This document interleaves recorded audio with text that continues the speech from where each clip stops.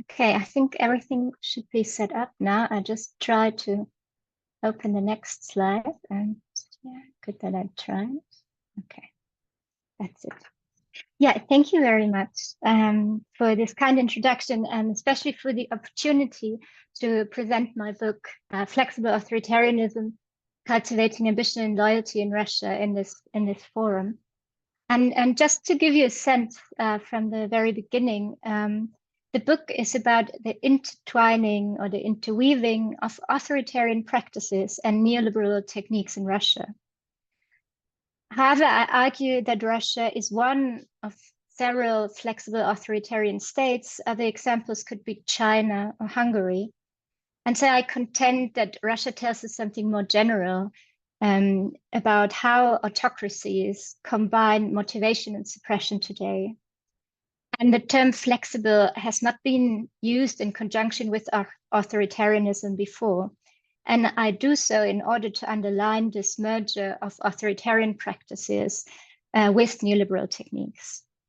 So the structure is also that I will first introduce you to the concept and only then move on towards Russia and examples from two only of the book's chapters. So this is more like a teaser, and I hope very much that some of you really want to read the book after the presentation. So I conducted the research that informs this book before the 2022 full-scale invasions, yet I tried to make some connections, and we might come back to that question in the Q&A. And now I'm hearing some voices. I think they're not from here. Someone might have their mic on. So on this cover slide, you can see the book's cover image. A young person in a suit holds a smartphone in a devotional manner in his hands. And in the background, we see the skyline of a city. It's probably Moscow. And to me, the picture encapsulates one thesis of my book, that young people who are loyal to the Russian state seek to lead a normal life. And the question is, what do they mean by that? What is a normal life to them? So as I found out, it meant living like the middle classes in advanced economies without having to emigrate to more prosperous places, to have a job that inspires them, and to develop themselves and their surroundings. The picture also speaks to how the Putinist governments have seized on Soviet imagery to create a romanticized picture of the Soviet past, or the Russian past more general. Soviet forms of youth engagement have been revived under Putin to motivate young people to become active members of Russia's economy and society. The state wants them to invest their talent in innovative startup businesses or loyal civil society organizations. Yet these motivational gestures to young people have been accompanied for many years by the suppression and increasing suppression of dissent. And what I call flexible authoritarianism covers this simultaneity. So what do I mean by the concept in a nutshell? So in many cases, authoritarian governments actually adopt the neoliberal policies or continue the neoliberal reforms of their democratic predecessors. And this casts doubt on a very popular thesis, namely that authoritarian rule would occur as a national backlash or defense via neoliberal globalization. By neoliberalism, I mean that states shift the responsibility for their citizens' well-being from the polity, the state, to the person. For instance, governments declare that people need to provide on an individual basis for education, unemployment, old age, or accidents. And even in the current war, actually, the Russian government continues this neoliberal approach. And when soldiers are wounded or impaired, the state does very little for their support or that of their families. So in a nutshell, flexible authoritarianism is a governmental approach that incentivizes the neoliberal can-do spirit and the thinking outside the box, the creative thinking, while it systematically suppresses dissent and rewards obedience to authority. So my use of the term flexible differs from its everyday usage, and that is why I developed this slide. The sociologist Richard Sennett assigns today's high pressure to remain competitive to what he calls flexible capitalism. And by this, Sennett means the perceived need to quickly adapt to the changing demands of markets. Companies and employees, but also states and their citizens, feel compelled to prove their flexibility. States compete for foreign investments under flexible capitalism and good credit ratings because the well-being of their economies depends very much on these factors. So states seek to align their citizens' skills and self-understandings with global capitalist demands of flexibility. And so good citizens should be innovative, show initiative, be flexible, and be happy to work longer hours. And motivating citizens to be innovators and entrepreneurs is even more important in emergent economies such as Russia's. These economies have competitive disadvantages in established markets. So the rules of the game are already set when these economies enter established markets. So international institutions like the International Monetary Fund recommend these emerging economies to invest in so-called innovation-based development agendas in order to ensure economic growth. And then in a very optimistic reading, breakthrough innovations are seen as allowing these emergent economies to catch up and ensure sustained economic growth.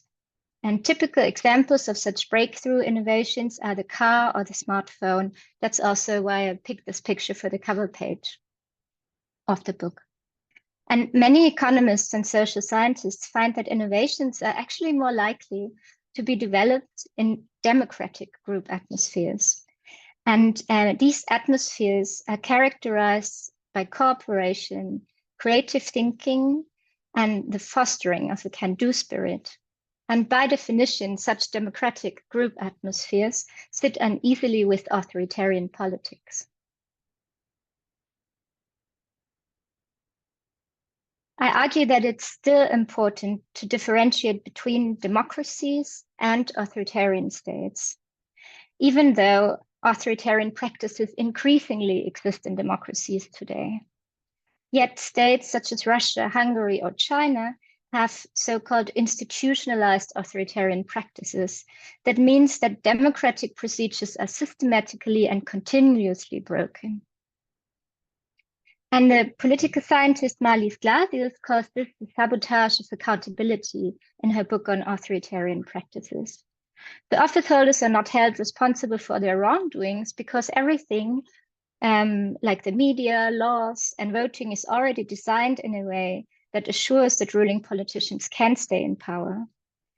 And those people who publicly protest face intimidation and increasingly also severe imprisonment. And we can see that in Russia over the past 20 years, and especially since 2022, this has really increased, with Alexei Navalny recently dying in prison under dubious circumstances.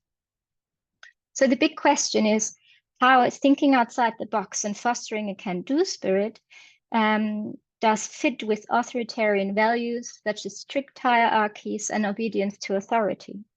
How did and does the Russian state seek to create the conditions in which innovations can be developed and young people stay in the country? So I will now turn to Russian youth leadership summer camps that are organized and financed by Russian state organs. And they are a good example for this combination. And I will show you now a 2023 advertisement video clip for one of those camps. The camp is called Youth That Takes Initiative Berusa. It takes place in Central Siberia since 2006, and it is one out of 45 of these youth leadership summer camps that are organized across Russia and also in the occupied Ukrainian territories. So I hope I did share the sound of the video. If I didn't, please raise a hand. If you cannot hear the sound, then I need to share it again.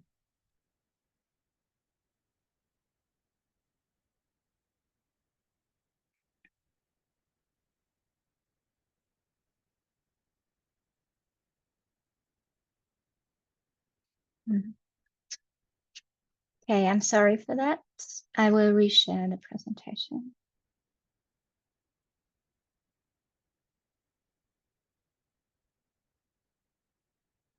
Okay, another problem.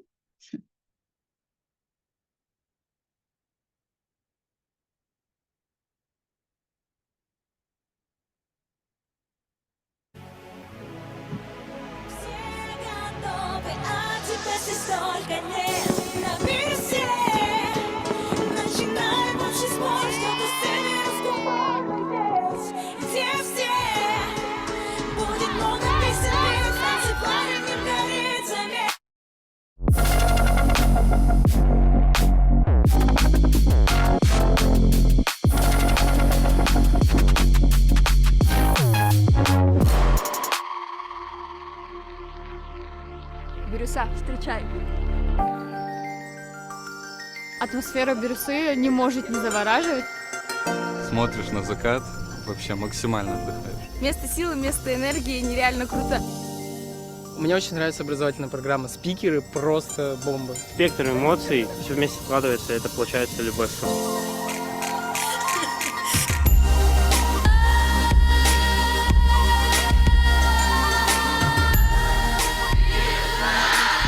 Красноярский край – территория, на которой можно любые позитивные идеи воплотить в жизнь. Любите, творите, побеждайте.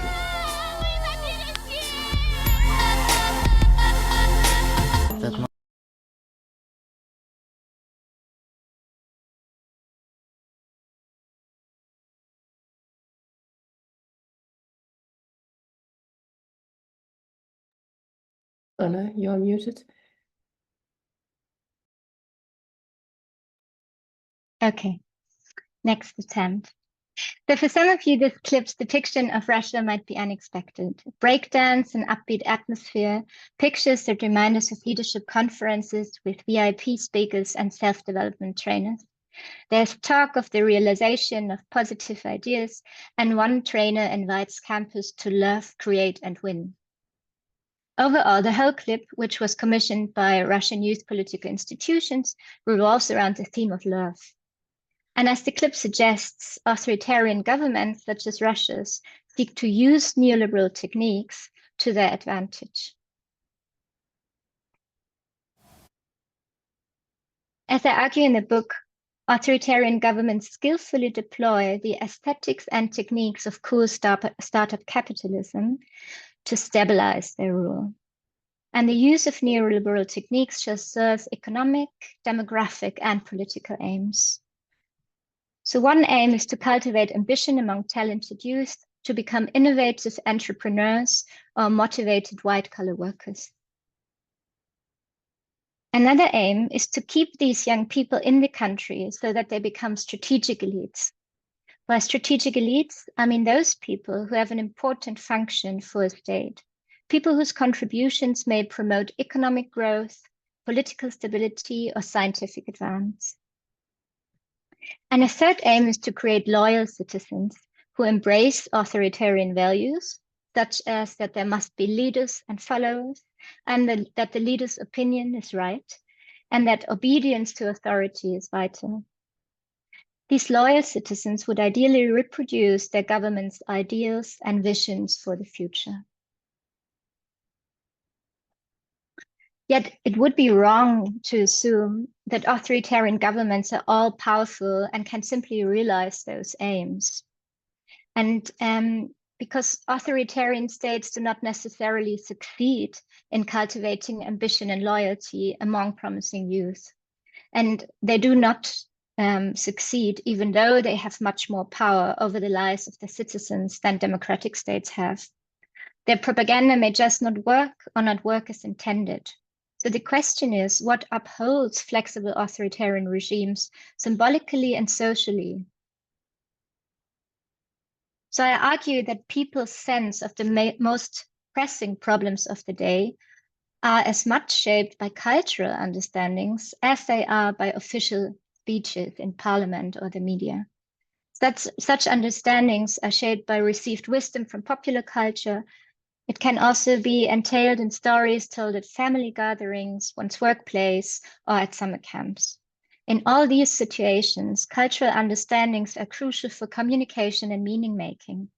And while some understandings might be locally specific and thus not understood by outsiders, other understandings might be transnationally shared.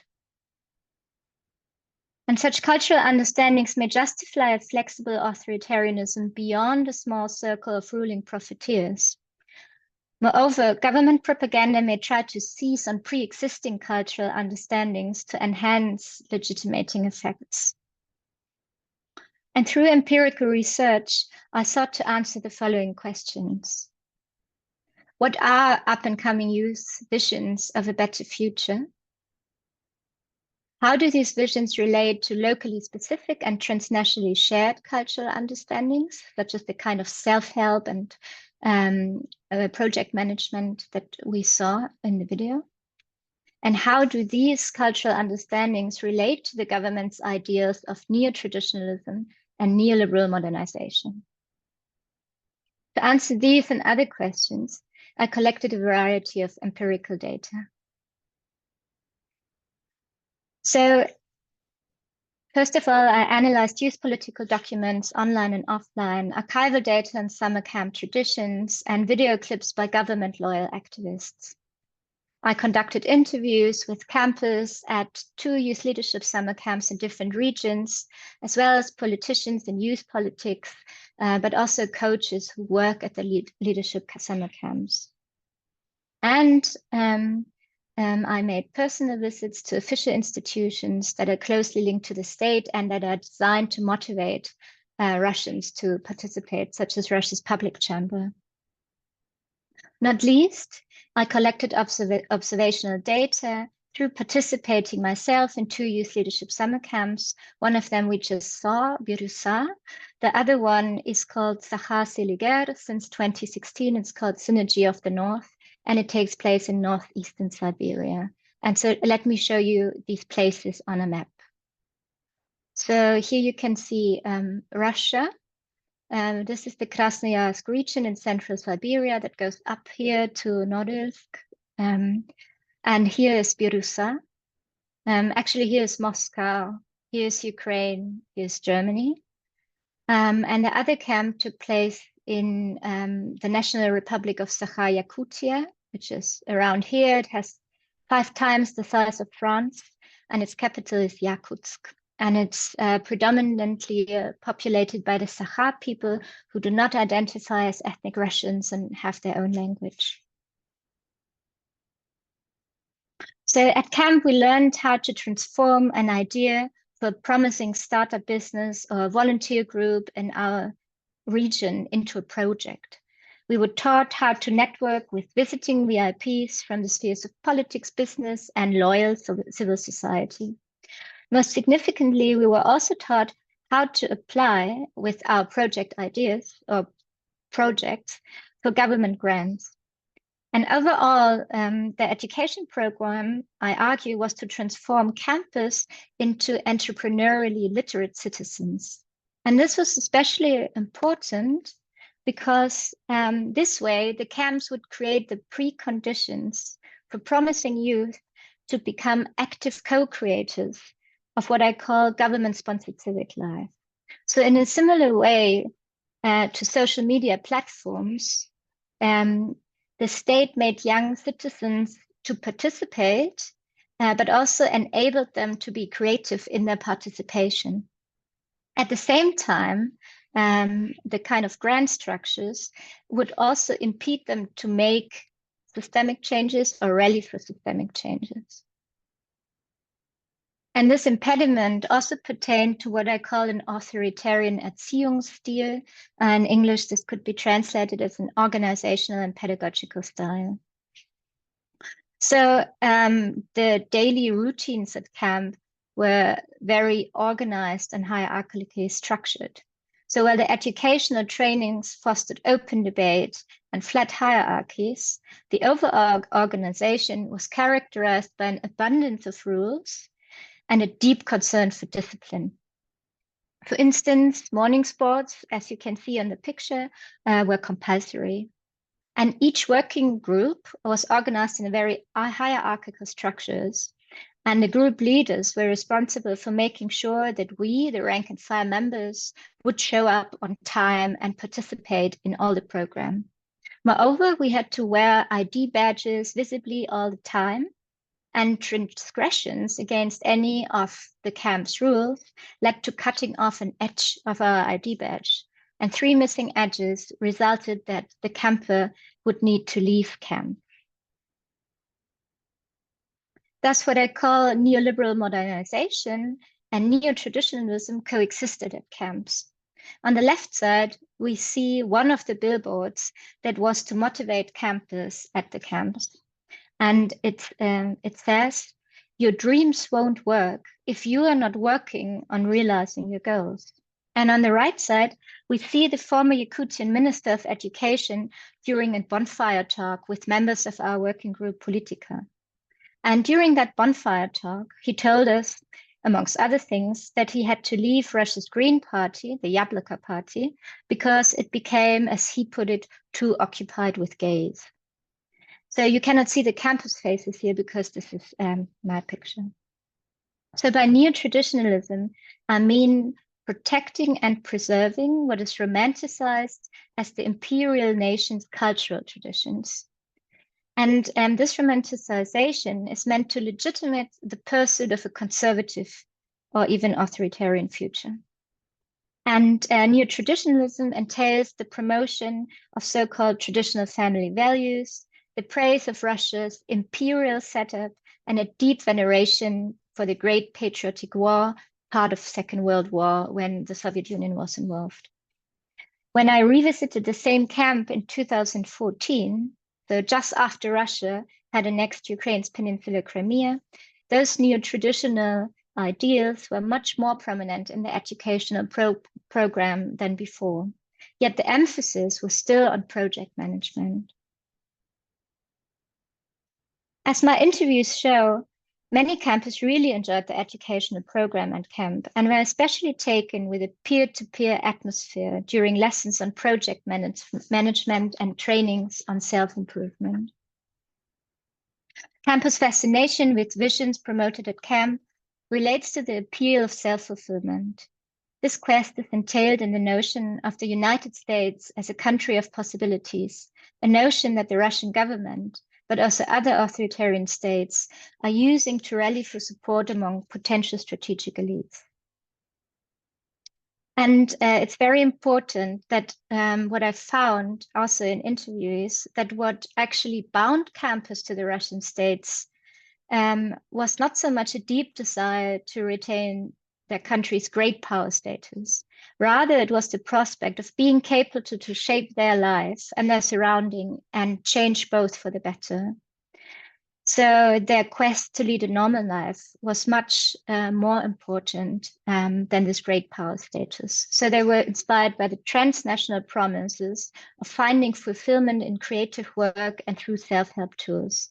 Yet at the same time, they accepted that authoritarian Erziehungsstil at camp. Nevertheless, campers were outspoken about what did not work in Russia. For instance, they openly and emphatically criticized favoritism and corruption. So Vlas described life in Russia in the following terms. Putin has a circle of confidence. If you're somehow connected to the circle, everything will turn out well for you. And if you're not connected to it, everything will turn out not particularly well for you. And if you relate to them negatively, everything will turn out not at all well for you. And Arkady made fun of the concept of sovereign democracy that the Putinist government had introduced to shield itself from criticism. So he was saying this adage, or saying, sovereign democracy means that the freedom of a person ends where the freedom of a bureaucrat begins. This meant that normal people in Russia were only bearers of rights as long as those would not encroach upon the endless freedom of members of the state administration or economic elites.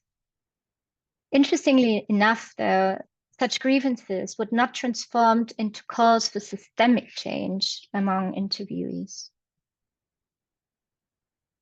Why did such profound grievances not transform into opposition to the flexible authoritarian regime? And by that, I mean the underlying order of political and economic life in Russia or other states.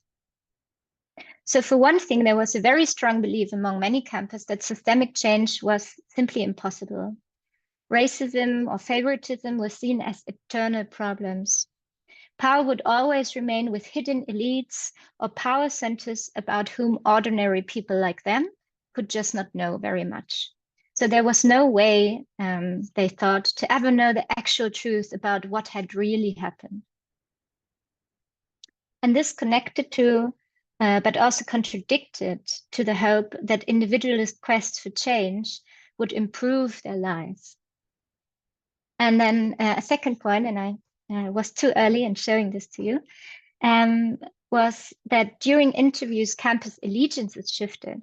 So whenever the conversation touched upon public stories that identified foreign enemies to Russia, the criticisms seemingly disappeared. And examples of such stories are those connected to the Great Patriotic War and the fight against fascism during the Soviet Union, but also the war against Ukraine since 2014. And not least, opposition to the flexible authoritarian regime was deflected by a prevalent topos. That topos was about other people's apparent laziness. Campers seemed to be convinced that passivity and especially indifference among their peers and fellow citizens were the main impediments to positive change in their region and the country. They were much more annoyed with ordinary people's indifference than with the self-serving behavior that characterizes Russia's power holders. So Fyodor put it this way: what annoys me in society is that people don't want to develop. They don't engage in personal development. They lack strength, will, desire. They do not want to develop because they are lazy. Flexible authoritarianism, so what? Why should we care about the concept? So I contend that it actually allows to conceptualize that states are complicit in upholding exploitative labor relations and in reproducing neoliberal capitalism. It also allows us to account for the fact that the techniques and aesthetics of business startup culture can be very well used for authoritarian ends. And thereby it helps to change our assumption of how authoritarianism looks and feels today. And the concept of flexible authoritarianism implies that states such as China or Russia have neither developed a vital political alternative to capitalism and liberal democracy, nor have found better solutions to tackle inequality and poverty. And even to the contrary, they continue neoliberal policies that put the responsibility for social well-being from the state to the individual. And they make it harder for people of all social classes to protest exploitative labor conditions, unfair treatment, and the sabotage of accountability by authoritarian power holders.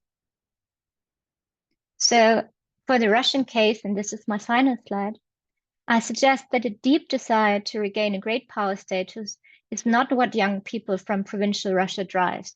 At least that is what my data suggests. Being a creator, an entrepreneur, living a good life without having to emigrate to more prosperous places is a much more powerful driver of young people's loyalty to the state.